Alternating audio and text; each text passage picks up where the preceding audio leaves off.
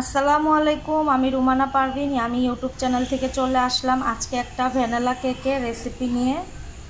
তো আমি প্রথমে এই স্পঞ্জটা তৈরি করব। তার জন্য এখানে ডিমের সাদা অংশ নিয়েছি 3টা। তো 3টা সাদা ডিমের অংশকে একটু বিট করে নেব।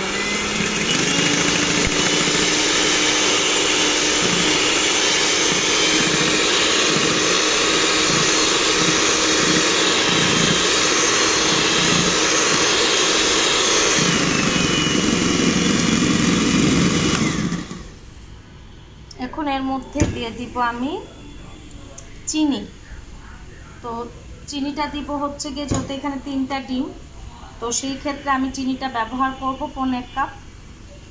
এখানে আমি 1.5 কাপ চিনি ব্যবহার করব। এই যে দেখুন, এই চিনিটা আমি 3বারে করে দিব। এই যে একবার দিয়ে দিলাম, দিয়ে এটাকে বিট করব, হাই স্পিডে বিট করব। আজকের অর্ডার হচ্ছে আমার ভ্যানিলা কেক।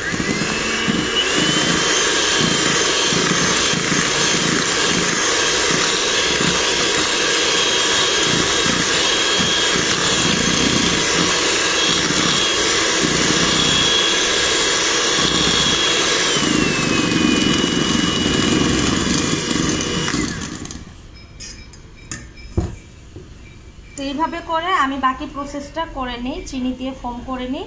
তারপরের স্টেপগুলোতে আমি আসব।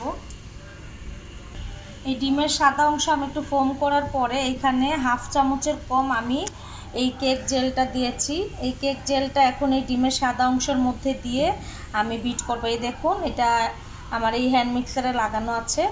তো এটা আমি এখন হাই স্পিডে খুব ভালোভাবে ফোম করব, এবং ফোমটা করার পরে আমি আবার আপনাদের সামনে চলে আসব। কারণ যেহেতু পুরোপুরিভাবে স্টেপ বাই স্টেপ আমাকে ভিডিওটা দেখাতে হবে, তো এই জন্য আমি এটা দেখালাম। এই কেক জেলটা দিলে আপনাদের কেকটা অবশ্যই ফুলবে, প্লাস হচ্ছে গিয়ে বেকারির মতো স্পঞ্জি হবে। এবং এই কেকটা তৈরির জন্য এই ডিমের সাদা অংশের সাথেই এই কেক জেলটা ব্যবহার করতে হবে। চিনি যখন একটু গলে গলে আসবে, এরকম ফমি ফমি ভাব হবে, তখন গিয়ে এই জেলটা আপনাকে ব্যবহার করতে হবে। তো দেখুন, এখন আমি এটাকে ভালো করে ফোম করে আপনাদের সামনে চলে আসছি। ততক্ষণ আমার ভিডিওর সাথেই থাকুন। দেখুন, আমার ডিমের মেরাংটা পুরোপুরি রেডি, এবং এইখান থেকে আমি ডিমের যে এই সাদা অংশটা একটুখানি তুলে রাখবো। আর এটা আমি কেন তুলে রাখি নেক্সট টাইপে আমি বলে দিব, যে স্টেপটা আমি কিভাবে নিচ্ছি। এখন এর মধ্যে আমি দিয়ে দিব 3টা ডিমের কুসুম।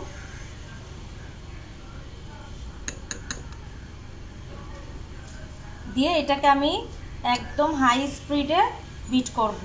তা হাই স্পিডে বিট করে তারপর আপনাদের সামনে চলে আসছি। এই দেখুন, হাই স্পিডে এখন এটাকে আমি বিট করব, ডিমের হলুদ অংশটা।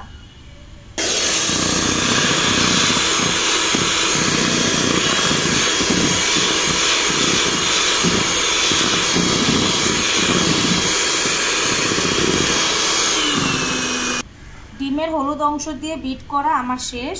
এখন এই পর্যায়ে আমি যেটা দিব সেটা হচ্ছে গিয়ে তেল। তেলটা আমি 4 চামচ দিব। তেল বেশি দেওয়া লাগবে না, 3টা ডিমে আমি 4 চামচ পরিমাণে তেল দিব। বেশি তেল দিলে কিন্তু ডিমটা যে ফমি ফমি ভাব, এটা কিন্তু নষ্ট হয়ে যাবে, প্লাস হচ্ছে কেকটা কিন্তু ভালো আসবে না। এই জন্য 3টা ডিমে আমি 4 চামচ তেল দিলাম। 4 চামচ তেল দিলেও ভালো আসবে। তো এখন আর আমার মেশিনের কাজ শেষ। এটাকে আমি আলতোভাবে একটুখানি ওয়ানে করে হালকা একটা বিট করব, করে আমার মেশিনের কাজ শেষ হয়ে যাবে।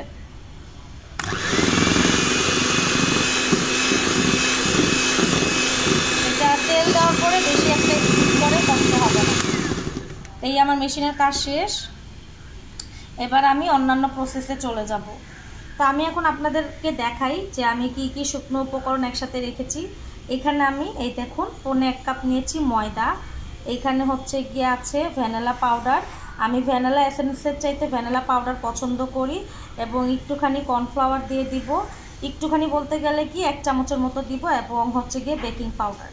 তো আমি যেসব উপকরণ দিব সেটা বলে দিই পরিমাণটা আবারও। ভ্যানিলা পাউডার আমি দিব 1.5 চামচ, তারপর বেকিং পাউডার দিব আমি 1 চামচ, এবং কর্নফ্লাওয়ার দিব 1 চামচ। এর চেয়ে আর অন্য কোনো কিছুই আমি দিব না, ঠিক আছে। এই দেখুন, আমার বেকিং পাউডারের এই বেকিং পাউডারটা ব্যবহার করি। চকলেটের হাত দিয়ে ধরতে ধরতে চকলেট হয়ে গেছে বক্সটা। এটা আমি 1 চামচ দিব বেকিং পাউডার। এই যে ভ্যানিলা পাউডার এটা দিব 1.5 চামচ। এটার ঘ্রাণটা খুবই ভালো এসেন্সের চাইতে। আর কর্নফ্লাওয়ার যেহেতু আমার শেষ, একটুখানি আছে, 1 চামচের মতো আমি দিয়ে দিব। তো এইগুলো সব শুকনো উপকরণ আমি এটার মধ্যে মিক্সড করে একসাথে তারপর আমি মিশাবো। আমার সব শুকনো উপকরণ একসাথে এই যে দিয়ে দিয়েছি। আবারও বলে দেই কি কি দিলাম। 1.25 কাপ ময়দা, 1.5 চামচ ভ্যানিলা ফ্লেভারের পাউডার এবং কর্নফ্লাওয়ার 1 চামচ এবং আছে এখানে বেকিং পাউডার 1 চামচ। তো এগুলো সব শুকনো উপকরণ আমি 3 বারে দিব, তো একবারে প্রথম দিয়ে দিলাম। এই দেখুন রয়ে গেল। এখন হচ্ছে আমি এটা আস্তে আস্তে করে মিক্স করব। এইভাবে করে আস্তে আস্তে করে মিক্স করব।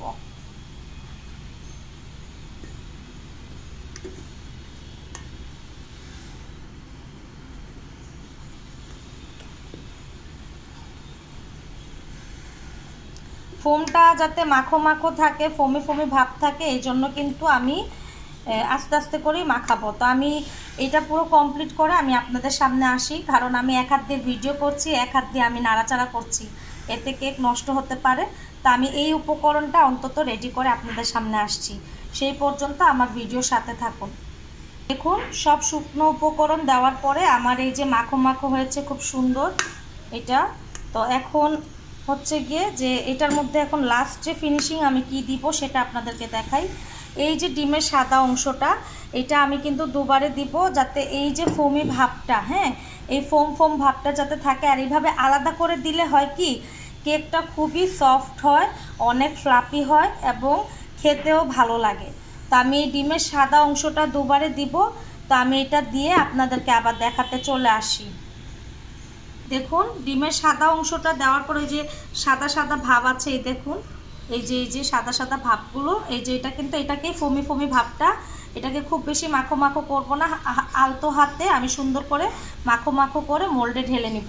এবং আমার মোল্ডের সাইজ হচ্ছে গিয়ে উচ্চতা হচ্ছে 2.5 ইঞ্চ এবং পাশটা হচ্ছে 6 ইঞ্চ। 3টা ডিমের জন্য আমি এটার মধ্যে ঢেলে দিব। এটা একটু হাইট বেশি হবে, তাই আমি মোল্ডটাকে সুন্দরভাবে এইভাবে করে কাগজ দিয়ে উঁচু করে নিয়েছি। তো এটার মধ্যে আমি ঢেলে নিব। এখন এটাকে আরেকটু ভালো করে একটু মাখিয়ে তারপর মোল্ডে ঢেলে আজকে আমি কেক তৈরি করব চুলায়। এবং কেকটা যেহেতু খুব বেশি একটা বড় না, তাই আমার খুব বেশি হলে 35 থেকে 40 মিনিট লাগবে। আজকে আমি ওভেনে কেক তৈরি করব না। তা আমি এটা রেডি করে মোল্ডে ঢেলে নিব। আমি মোল্ডে ঢেলে ফেলেছি। আমি কাগজটাকে একটু উঁচু করে দিয়েছি, তার কারণ হচ্ছে গিয়ে যে কেকটা যাতে উপচে গিয়ে পড়ে যাতে নষ্ট না হয়।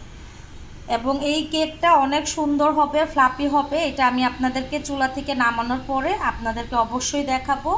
এখন আমি একটা হাঁড়ির মধ্যে করে এটা বসিয়ে দিব প্রায় 35 থেকে 40 মিনিট পর্যন্ত। তাহলে ফিরে আসব 35 থেকে 40 মিনিট পর।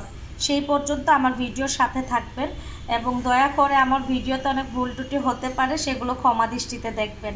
যদিও আমি প্রফেশনাল ভিডিও করতে পারি না, তার জন্য আমি দুঃখিত। এই দেখুন আমার কেকটা পুরোপুরি রেডি। দেখুন হাইটটা দেখুন, মাশাআল্লাহ। আর যেহেতু এটা চুলায় বানিয়েছি তাই কালারটা বেশি ডার্ক লাগছে। তো এই ডার্ক কালারটা কি করব, আমি সাইডেরগুলো, এগুলো তো নরম হয়েছে, এগুলো কেটে রাখা লাগবে না, এগুলোতেই আমার হয়ে যাবে। অনেকই সুন্দর হয়েছে, একবারে স্মুথ, খুবই স্মুথ হয়েছে। আর যে সাইডগুলো ব্রাউন বেশি হয়েছে সেগুলোটাকে আমি একটু কমিয়ে নিব, মানে কেটে। তা আমি একটু কেকটাকে খুলে দেখাবো, এক হাত দিয়ে খুলে দেখাই। ডার্কটা আবার এরকম না, একটু অন্যরকম ডার্ক হয়েছে। এই দেখুন কালারটা ভালো এসেছে, কিন্তু ঘ্রাণটা মাশাআল্লাহ খুবই সুন্দর লাগছে। মানে কি যে বলবো, অনেক অসাধারণ লাগছে ঘ্রাণটা। তো এই হচ্ছে আমার বেসটা আমি রেডি করেছি। তো এই হচ্ছে গিয়ে আমার কেকটা খুবই ফুলেছে, কিন্তু খুবই সুন্দর হয়েছে। তো যেগুলো একটু ডার্ক, হ্যাঁ, যেগুলো এই পাশগুলো যে ডার্ক, এই ডার্কগুলোও কিন্তু নরম, তাই এটাকে আর আমার বাদ দিতে হবে না। এই দেখুন কেকটা কিন্তু খুবই সফট আর স্মুথ হয়েছে। এই দেখুন খুবই সুন্দর স্মুথ হয়েছে। এই দেখুন, তো এটাকে আর আমার বাদ দেওয়া লাগবে না, সুন্দর হয়েছে। তো আপনারা চাইলে আমার এই রেসিপি ফলো করে এরকম একটা বেচ তৈরি করতে পারেন। কালারটাও সুন্দর হয়েছে এবং এটা খেতেও ভালো হবে। তো বাকি প্রিপারেশন আর দেখাতে গেলাম না, আমার বেসটা আমি রেডি করলাম এবং এটার যে ডেকোরেশন সেটা আমার নেক্সট ভিডিওতে থাকবে। তো আজকের মতো এখানেই বিদায় নিচ্ছি। আপনারা আমার ভিডিও দেখবেন, লাইক কমেন্ট শেয়ার করবেন, সাবস্ক্রাইব করবেন। আল্লাহ হাফেজ।